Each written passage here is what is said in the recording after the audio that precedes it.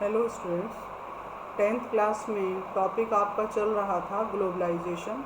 इससे पहले हम लोग बात कर चुके हैं कॉर्न लॉ और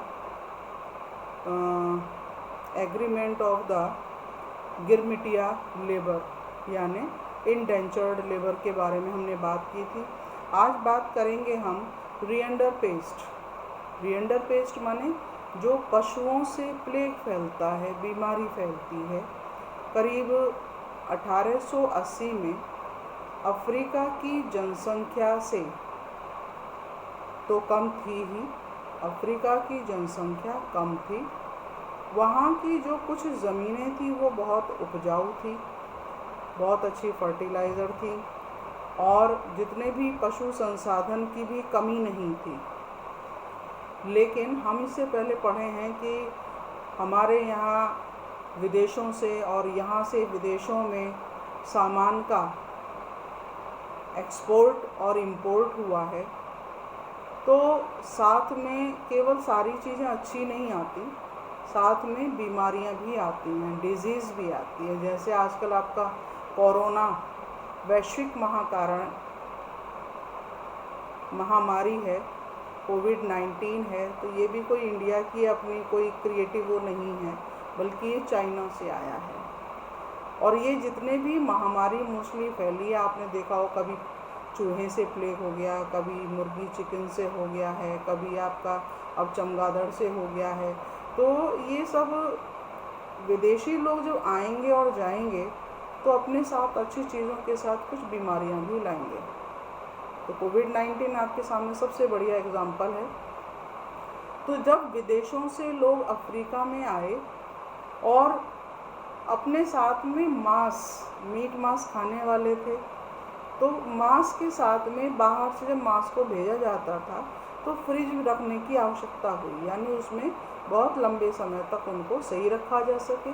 लेकिन उसके साथ उसमें बैक्टीरिया, कीटाणु भी पैदा होने लगे थे जो अफ्रीका में आ गए थे, जिससे सारे एनिमल्स में एक रिएंडर पेस्ट वाली जो बीमारी थी वो फैल गई थी और उससे करीब 90% जो एनिमल थे उनमें रिएंडर पेस्ट हो गया था, जिससे पशु मरने लगे थे।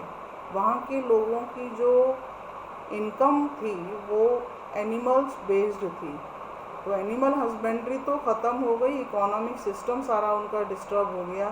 तो लोगों को मजबूर होकर के क्या करना पड़ा, लेबर।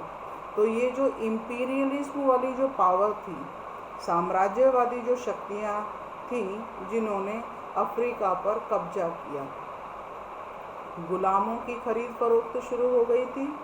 उधर कॉर्न लॉ लग गया था ब्रिटेन की तरफ, और पशु प्लेग यानी रिएंडर पेस्ट, जहां अफ्रीका में विदेशों से आए हुए मांस के अंदर बीमारियां फैलने के कारण अफ्रीका के पशुओं में भी रिएंडर पेस्ट जैसी नामक बीमारी हुई और वहाँ के एनिमल्स मरने लगे और लोगों को मजबूरी में लेबर करना पड़ा, जिसे हमने इंडेंचर्ड लेबर के बारे में पढ़ा।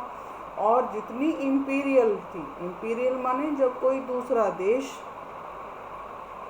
कम शक्तिशाली देश पर इकोनॉमिक, पॉलिटिकली और सोशल पावर से कंप्लीट उस पर कंट्रोल करे, सारी शासन व्यवस्था अपने हाथ में रख ले, इसी को हम इंपीरियल कहते हैं। यानी अंग्रेज लोग भारत में व्यापार करने के लिए आए, लेकिन धीरे धीरे इकोनॉमिक के साथ पॉलिटिकल और सोशल, टोटल उनकी जो पॉलिटिकल सिस्टम था, उन्होंने हमारे यहाँ के इंपीरियलिज्म सिस्टम कहा जाता है इस व्यवस्था को।